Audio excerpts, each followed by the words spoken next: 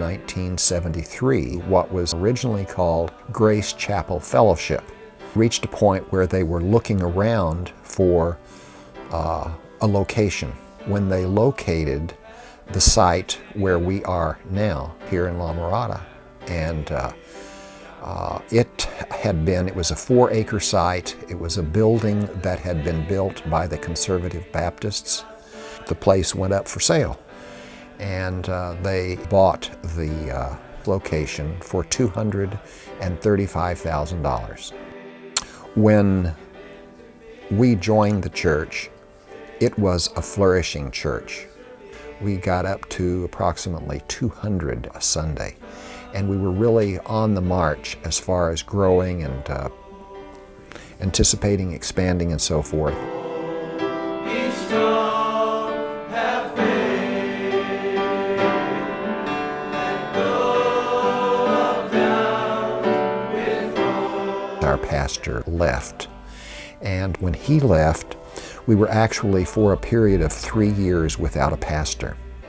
And that's when we saw a depletion of the ranks. We had come through a period of time when real estate was really booming, and people would be driving around the city and they would observe this open, undeveloped, virginal piece of property behind our church. Some of the leadership, as the number of people attending Grace was going down, say, well, we do have wonderful and valuable land. Every time a realtor would stop by and come and talk to someone in the office, it became an issue on the next agenda as far as the elder board was concerned. But the counsel from pastors and people that are knowledgeable at Biola and Talbot and so forth said, this is the Lord's land. Don't sell it.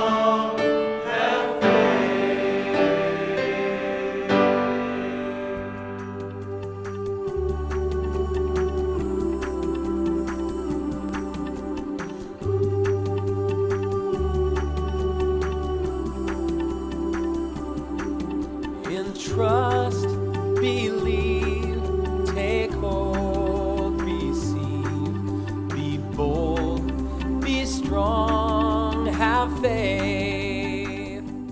Things began to happen quickly, and we went to 2 services, and then we went to 3 services, the third one being on Saturday night, and that didn't work real well, and so we went to 3 on Sunday morning, and we've just done everything we can to accommodate people. So, 3 services, cramped parking, not enough Sunday school classes. The building project became necessary. We felt like we needed to maximize our property in order to be faithful to what God has called us to and to be good stewards of what God has entrusted to us. We began the building project by simply thinking about what we needed. Almost from day one, when that committee got together, they felt, led by God, that the most important thing that was going to happen in this whole process was going to be the unity of the body, that God was going to get a hold of our hearts first.